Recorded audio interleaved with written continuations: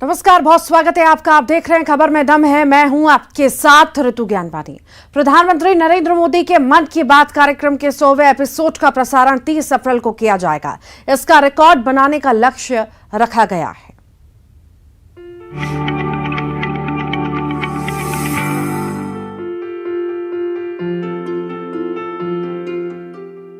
30 अप्रैल को रेडियो पर प्रसारित होने वाले मन की बात के 100वें एपिसोड को यादगार बनाने की तैयारी चल रही है।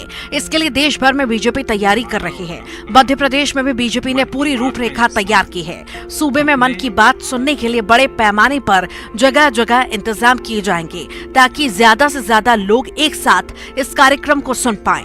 जानकारी के मुताबिक पार्टी की तरफ से सभी जनप्रतिनिधियों, पदाधिकारियों और कार्यकर्ताओं को इसे सफल बनाने का जिम्मा सौंपा गया है। सभी सांसदों से कहा गया है कि वो अपने अपने संसदीय क्षेत्र में एक चुनी गई जगह पर लोगों के साथ 30 अप्रैल को इस प्रसारण को सुने। मैं भी बहुत उत्सुक हूँ। मुझे आपके ऐसे सुझावों का बेसब्री से इंतजार। जानकारी के मुताबिक रेडियो पर मन की बात के प्रसारण को एक साथ ज्यादा से ज्यादा लोगों की ओर से सुनने का रिकॉर्ड बनाने का लक्ष्य रखा गया है।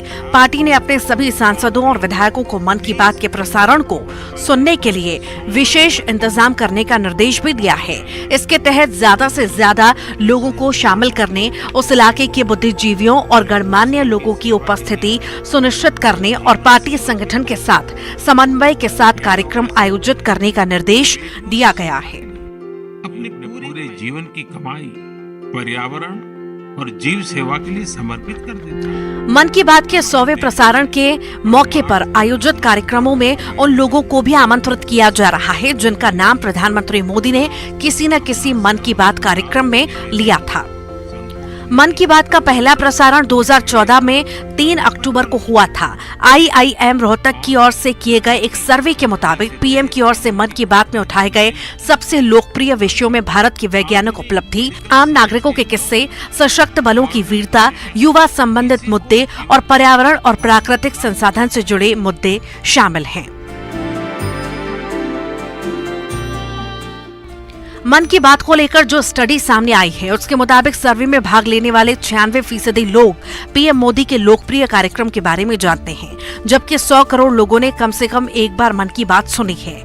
वहीं 23 करोड़ लोग हमेशा इस मन की बात को सुनते हैं। रेडियो में 17.6% लोग मन की बात को सुनते हैं। वहीं मोबाइल पर इसे सुनने वालों की संख्या 37.6% है। इसके अलावा टीवी पर करीब 44.7% लोग इसे देखते हैं। इस स्टडी में ये बात भी सामने आई है कि पीएम मोदी को लोग पावरफुल नेता मानते हैं। वो उन्हें फैसले लेने वाला ऐसा नेता मानते हैं जो दर्शकों के साथ भावनात्मक रिश्ता कायम कर लेता है। वो जिस तरह से इस कार्यक्रम में लोगों से सीधा संवाद स्थापित करते हैं उससे लोगों को गाइडेंस मिलती है। Bureau report, news 18।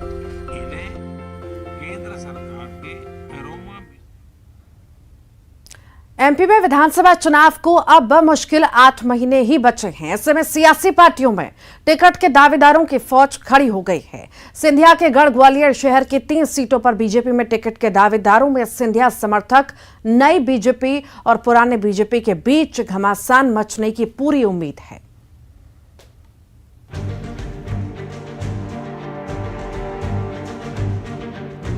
Gwalior Chambal अंचल में सिंधिया के बीजेपी में आने के बाद बीजेपी के अंदर नई बीजेपी और पुरानी बीजेपी के अलग अलग टिकट के दावेदार सामने आ रहे हैं। ग्वालियर शहर की 3 विधानसभा सीटों की बात करें तो यहाँ सिंधिया समर्थक और बीजेपी के पुराने नेता दावेदारी जता रहे हैं। तो क्या ये माना जाए कि चुनाव से पहले बीजेपी के अंदर नए और पुराने दावेदारों की टकराहट और भी बढ़ेगी? केंद्रीय मंत्री ज्योतिरादित्य सिंधिया के बीजेपी में आने के बाद पुरानी बीजेपी और नई बीजेपी में टिकट के लिए अलग अलग दावेदारी सामने आ रही है। सिंधिया के साथ कांग्रेस छोड़ बीजेपी में आए लोग टिकट के लिए तगड़े दावेदार हैं, तो वहीं पुराने भाजपाई भी टिकट की दौड़ में लगे हैं। ग्वालियर शहर की 3 सीटों पर नजर डालें तो दावेदारों की लंबी फहरिस्त है। ग्वालियर पूर्व विधानसभा सीट से वर्तमान में कांग्रेस के सतीश सिकरवार एमएलए हैं। इस सीट पर बीजेपी के सिंधिया समर्थक मुन्नालाल गोयल सबसे बड़े दावेदार हैं, तो वहीं इस सीट पर पुराने भाजपाई जयसिंह कुशवाहा, माया सिंह, अनूप मिश्रा की भी दावेदारी सामने आ रही है। वहीं ग्वालियर दक्षिण विधानसभा सीट पर कांग्रेस के प्रवीण पाठक एमएलए हैं। इस सीट पर पुराने भाजपाई पूर्व मंत्री नारायण सिंह कुशवाहा, जयभान सिंह पवैया, अनूप मिश्रा, प्रियांशु शेजवलकर, अभय चौधरी बड़े दावेदार हैं। वहीं नई बीजेपी सिंधिया समर्थक मदन कुशवाहा टिकट के लिए दावेदारी कर रहे हैं। इसके साथ ही पूर्व मेयर समीक्षा गुप्ता और पूर्व जिला अध्यक्ष कमल माखीजानी भी सिंधिया के सहारे टिकट की दौड़ में बने हुए हैं। वहीं ग्वालियर विधानसभा सीट पर बीजेपी के प्रद्युम्न सिंह तोमर एमएलए हैं, जो सिंधिया समर्थक हैं, जहां से ऊर्जा मंत्री प्रद्युम्न सिंह तोमर टिकट के सबसे बड़े दावेदार हैं। तो इस सीट पर पुराने भाजपाई जयभान सिंह पवैया और केंद्रीय मंत्री नरेंद्र सिंह तोमर के बेटे देवेंद्र प्रताप सिंह तोमर की अंदरूनी दावेदारी चल रही है। ग्वालियर की तीनों सीटों पर नई भाजपा और पुरानी भाजपा के नेताओं के बीच टिकट के लिए दावेदारी को लेकर कांग्रेस ने तंज कसा। कांग्रेस का यह दावा है कि भाजपा में इन सीटों पर टिकटों की दावेदारी में गुटबाजी साफ तौर पर उभर कर आ रही है। सिंधिया समर्थक या पुरानी भाजपा ऐसा कुछ नहीं है। 4 साल हो गए, वो सब पुराने लोग हुए, हमसे घुल मिल गए हैं। और निश्चित तौर पर जो भी व्यक्ति अगर राजनीति में काम करता है तो उसकी चुनाव लड़ने की इच्छा तो होती है, वो चुनाव लड़ने की इच्छा रखता है। और ये बड़ी प्रसन्नता की बात है कि एक से ज्यादा दावेदार हमारे पास में 10-20 दावेदार हैं। इसका मतलब हमारे पास नेताओं का जमावड़ा है। नेताओं के में से विकल्प छाड़ने की एक स्वतंत्रता हमारे पास में अच्छे विकल्प हैं। उनमें से जो भी व्यक्ति, जो भी कैंडिडेट जीतने लायक होगा, जिसको जीतने की संभावना होगी, जिसमें क्षमता होगी, जो जनता के बीच में लोकप्रिय होगा, जनाधार वाला नेता होगा, उसको पार्टी चुनती है। और उसका एक प्रोसेस है पूरा हमारे यहाँ प्रत्याशी चुनने का। वो सिंधिया समर्थक है इसलिए टिकट मिलेगा या पुरानी भाजपा इसलिए टिकट मिलेगा, ऐसा नहीं है। पूरा मंथन और चिंतन करके हमारे पार्लियामेंट्री बोर्ड की मीटिंग में तय होता है कि कैंडिडेट कौन होगा। तो जो भी जीतने लायक कैंडिडेट। उधर नई भाजपा और पुरानी भाजपा के बीच टिकट के लिए चल रही टसल को लेकर बीजेपी का यह दावा है कि बीजेपी में हर सीट पर चुनाव लड़ने वाले दमदार नेताओं की फौज है। यही वजह है कि टिकट के लिए एक से ज्यादा दावेदार सामने आ रहे हैं। बीजेपी का यह कहना है कि टिकट के लिए दावेदारी करना सभी का हक है, लेकिन टिकट किसको मिलेगा ये आला कमान तय करता है।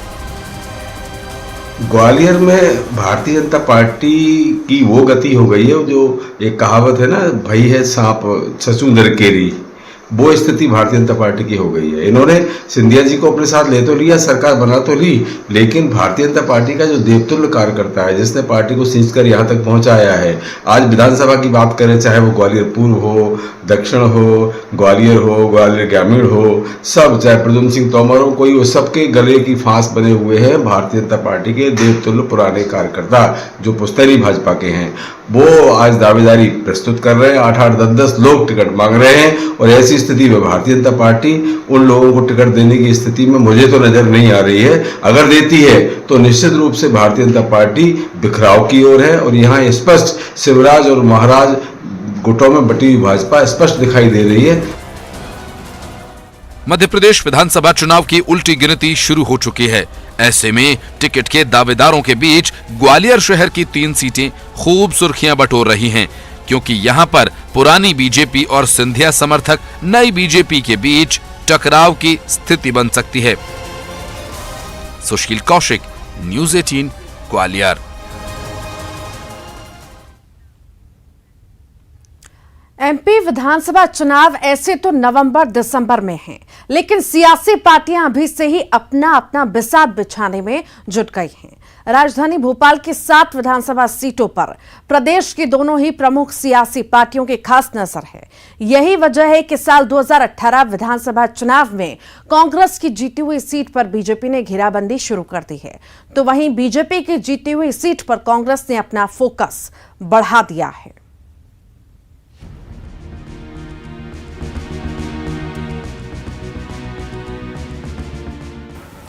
मध्य प्रदेश की राजधानी भोपाल की 7 विधानसभा सीटों को बीजेपी और कांग्रेस ने नाक का सवाल बना लिया है। कांग्रेस ने जहां दिग्विजय सिंह और मुकेश नायक को 7 सीटों की जिम्मेदारी सौंपी है, वहीं खुद मुख्यमंत्री शिवराज सिंह चौहान ने अब मोर्चा संभाल लिया है।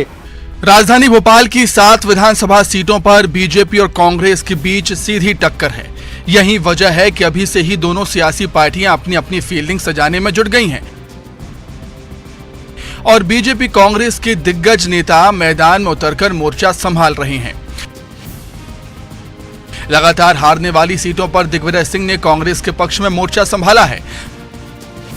दिग्विजय सिंह ने प्रदेश भोपाल जिले की 7 विधानसभा सीटों में से गोविंदपुरा और बैरसिया पर अपना फोकस बढ़ा दिया। कांग्रेस का दावा है कि राजधानी की सभी 7 सीटों पर कांग्रेस को जीत मिलेगी। महंगाई, बेरोजगारी मुद्दे जैसे बीजेपी के खिलाफ हैं। देखिए, इस बार भोपाल की 7 सीटों पर जो मध्य प्रदेश में लोगों के मन में परिवर्तन की इच्छा है, उसी के साथ जाने का मन है 7 सीटों पर। अब लोग ये कहने लगे हैं कि 12 साल में तो पत्थरों के आकार बदल जाते हैं, BHEL में कोई परिवर्तन नहीं हो रहा। कोई सुनने वाला नहीं है, कोई जानने वाला नहीं है। कितना भ्रष्टाचार है, कितनी महंगाई है, कितनी बेरोजगारी। वहीं दूसरी तरफ सीएम शिवराज सिंह चौहान कांग्रेस के कब्जे वाली विधानसभा सीटों पर अचानक पहुंचकर कांग्रेस की मुश्किलें बढ़ाते हुए नजर आए। मुख्यमंत्री ने लाडली बहना योजना कार्यक्रम के तहत शुक्रवार को भोपाल की 3 विधानसभा सीटों को कवर कर दिया।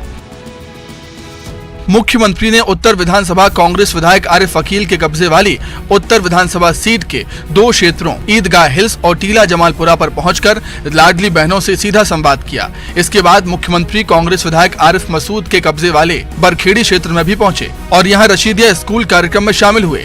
मुख्यमंत्री कांग्रेस विधायक PC शर्मा के दक्षिण पश्चिम विधानसभा क्षेत्र भी पहुंचे और यहां जवाहर चौक और पंचशील नगर क्षेत्र में कार्यक्रम किए। हालांकि बीजेपी का कहना है कि मुख्यमंत्री के कार्यक्रम को चुनाव से जोड़कर देखना ठीक नहीं। मैंने कहा ना कि इस मुख्यमंत्री जी के इस दौरे को चुनावी दृष्टि से 7 सीटों से राजनीतिक फायदे की दृष्टि से जोड़ना गलत होगा।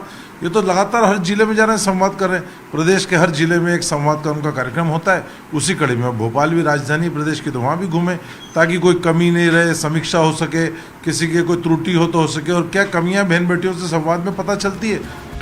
साल 2018 के विधानसभा चुनाव में भोपाल की 7 विधानसभा सीटों में से 4 पर बीजेपी ने और 3 सीटों पर कांग्रेस ने जीत दर्ज की थी।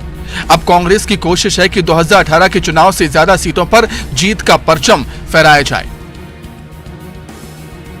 तो वहीं बीजेपी भी अब कांग्रेस के कब्जे वाली विधानसभा सीटों को हथियाने के प्लान में जुट गई है और उसकी कमान खुद सीएम शिवराज ने संभाली है। अनुराग श्रीवास्तव, न्यूज़ 18 भोपाल।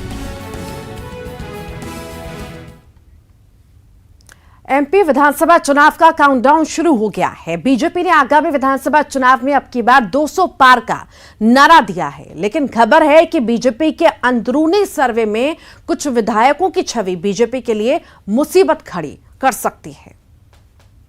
मध्य प्रदेश बीजेपी 2023 के चुनाव में 200 पार का नारा दे रही है, इसके साथ ही 51% वोट शेयर की भी बात करती है। लेकिन सबसे बड़ा सवाल ये है कि आखिर ये 200 पार का नारा सफल कैसे होगा, क्योंकि सरकार की ही सर्वे रिपोर्ट ये कहती है कि कुछ विधायक हैं जिनकी छवि जनता के बीच में ठीक नहीं है। हालांकि सरकार ने या कहे मुख्यमंत्री शिवराज सिंह चौहान ने खुद इन लोगों को अपनी छवि सुधारने के निर्देश दिए हैं, लेकिन देखना होगा कि क्या आने वाले समय यानी चुनाव के समय तक ये लोग अपनी छवि सुधार पाते हैं या फिर संगठन इनकी छवि को पॉलिश करने के लिए किस तरह से काम कर रहा है। देखिए इस खबर में। MP विधानसभा चुनाव में बीजेपी ने 200 सीट जीतने का लक्ष्य रखा है। इस लक्ष्य को भेदने के लिए बीजेपी समय समय पर इंटरनल सर्वे कराती है, जिससे वो अपनी जमीनी स्थिति जान सके। बताया जा रहा है कि बीजेपी ने ऐसा ही सर्वे कराया है, जिसमें ये मालूम चला है कि कुछ विधायकों की छवि बीजेपी के लिए मुसीबत खड़ी कर सकती है। साथ ही इन विधायकों को विकास यात्रा के दौरान विरोध का भी सामना करना पड़ा था। अब इन विधायकों को बीजेपी का शीर्ष नेतृत्व छवि सुधारने का निर्देश दिया है। विधायकों की छवि सुधारने के लिए संगठन भी जमीनी स्तर पर कामकाज कर रहा है, लेकिन इंटरनल सर्वे के बारे में पूछे जाने पर बीजेपी नेताओं ने इनकार किया। साथ ही कहा कि सरकार की छवि अच्छी है, हमारी सरकार शिवराज सिंह की अगुवाई में श्रेष्ठ काम कर रही है। देखिए, पहली बात तो ये है कि कौन सी सर्वे रिपोर्ट कब कहां किसके पास में आई है मुझे जानकारी नहीं है, और आपको जानकारी कैसे है मुझे नहीं पता। लेकिन सरकार की छवि अच्छी थी, अच्छी है और अच्छी रहने वाली है, क्योंकि हमारी भाजपा की सरकार ने मुख्यमंत्री शिवराज सिंह चौहान जी के नेतृत्व में लगातार अच्छे और श्रेष्ठ काम करने के लिए अपनी पूरी ताकत झोंकी है। रही बात सर्वे की, तो सर्वे कई प्रकार के कई लोग अलग अलग दौर में अलग अलग प्रकार से करते रहते हैं, चलते रहते हैं। छवि भाजपा की श्रेष्ठ है, अच्छी है, हमारा प्रत्याशी कमल का फूल है। वहीं कांग्रेस ने बीजेपी नेताओं की छवि को लेकर तंज कसा है। कांग्रेस का कहना है कि बीजेपी नेताओं की छवि कलंकित हो चुकी है। बीजेपी किस किस की छवि सुधारेगी? बीजेपी में बड़े से लेकर छोटे नेताओं की छवि खराब हो चुकी है। बीजेपी नेताओं की हकीकत जनता जान चुकी है। जो उनकी छवि पॉलिश करके सुधारेगा। रहा प्रश्न भारतीय जनता पार्टी के विधायकों का नहीं, नेताओं की छवि कलंकित हो चुकी है, उनकी छवि पर कालिक पुती हुई है, तो किस किस को भारतीय जनता पार्टी पॉलिश करने की कोशिश करेगी? मुख्यमंत्री से लेकर संतरी तक। संतरी भी सामूहिक बलात्कार में शामिल हो गए अब तो मुख्यमंत्री से संतरी तक जब बदनाम हो चुका है तो किस किस को पॉलिश करेगी? पॉलिश की कई डब्बियां और ब्रश खराब हो जाएंगे जब तक चुनाव आ जाएंगे और कमलनाथ जी पूज्य पिताजी बन के बैठ जाएंगे इस प्रदेश के इन लोगों के ऊपर। एमपी विधानसभा चुनाव की तैयारियों में बीजेपी नेता जी जान से जुटे हैं। ऐसे में बीजेपी के कुछ विधायकों की खराब छवि मुसीबत खड़ी कर सकती है और अब की बार 200 पार के नारे को पलीता लगा सकती है। शैलेंद्र भदौरिया, न्यूज़ 18, भोपाल। छत्तीसगढ़ दंतेवाड़ा में 10 डीआरजी के जवानों और एक निजी वाहन के ड्राइवर की मौत ने इस दावे पर एक बार फिर सवाल उठा दिए हैं कि क्या वास्तव में नक्सली खत्म हो रहे हैं? सरकार का दावा है कि नक्सली बौखलाहट में ऐसा कर रहे हैं। क्या वाकई नक्सलियों का लड़ाई आखिरी चरण में आ गई है और जाते जाते वो पूरी ताकत से आखिरी कोशिश कर लेना चाहते हैं? छत्तीसगढ़ में नक्सली धमाकों के साथ एक बार फिर से बस्तर दहला है और इसके साथ ही बस्तर रक्त रंजित हुआ है। इसके साथ ही सवाल ये उठ रहे हैं राज्य सरकार के दावों, लगातार दावों के बाद कि नक्सली जो है वो खत्म हो रहे हैं। क्या वाकई नक्सली खत्म हो रहे हैं? बीजेपी का कहना है कि कांग्रेस की सरकार में नक्सली मजबूत होते जा रहे हैं। वहीं कांग्रेस का कहना है कि नक्सलवाद को बढ़ावा बीजेपी ने ही दिया था।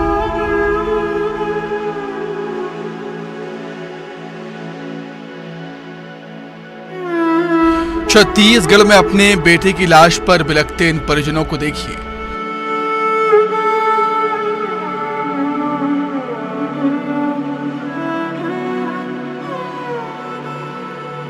अब अपने बेटे के ताबूत से चावल के दाने साफ करती इस मां को देखिए।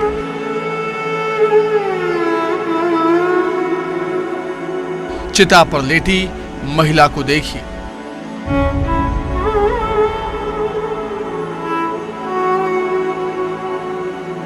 अब इस रुदन को सुनिए जो न केवल दंतेवाड़ा बल्कि पूरे देश को दहला दे।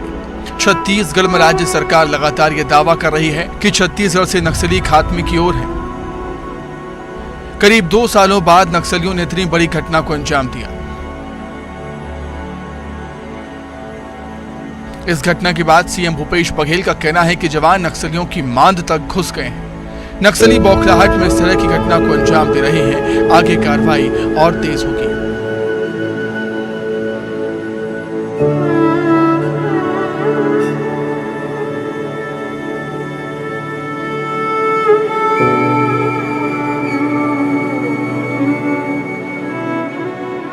जनता की सुविधा के लिए पीडीएस साहब, स्कूल, आंगनबाड़ी केंद्र वो सारे खोले जा रहे हैं। तो लोगों का विश्वास सरकार के प्रति बढ़ा है और नक्सली लगातार पीछे हटते जा रहे हैं। और आईडी ब्लास्ट घटना लगभग 2 साल बाद हुई है। मैं समझता हूँ कि ये नक्सलियों का हताशा ही है कि उन्होंने प्रकार की घटना। वहीं इस पर सियासत भी शुरू हो गई। बीजेपी का कहना है कि प्रदेश की सरकार की गंभीरता नहीं होने की वजह से नक्सली रोज वारदात कर रहे हैं। सरकार की लापरवाही की वजह से आज हमारे 11 जवान शहीद हुए। शासन प्रशासन को इसे गंभीरता से लेना चाहिए। लड़ाई हमारी और मजबूत होगी, परंतु साथ में ही लगातार नक्सली रोज वारदात कर रहे हैं। सरकार की गंभीरता नहीं होने के कारण, सरकार की लापरवाही के कारण और सरकार के द्वारा जो अलार्मिंग सिचुएशन है उसको टैकल नहीं करने के कारण आज हमारे 11 जवानों की बेशकीमती जीवन समाप्त हुआ है। ये बहुत दुर्भाग्यजनक है और शासन प्रशासन को इसको गंभीरता से लेना चाहिए। खाली मुख्यमंत्री जी जैसे घोषणाएं करके बड़ी बड़ी बात करते हैं, वैसे ही नक्सलवाद की समाप्ति की भी बड़ी बड़ी बात कर देते हैं, परंतु करते कुछ नहीं है। छत्तीसगढ़ लंबे समय से नक्सल मोर्चे पर जूझ रहा है। वहीं इस पर सियासत भी जारी है क्योंकि चुनावी साल जो है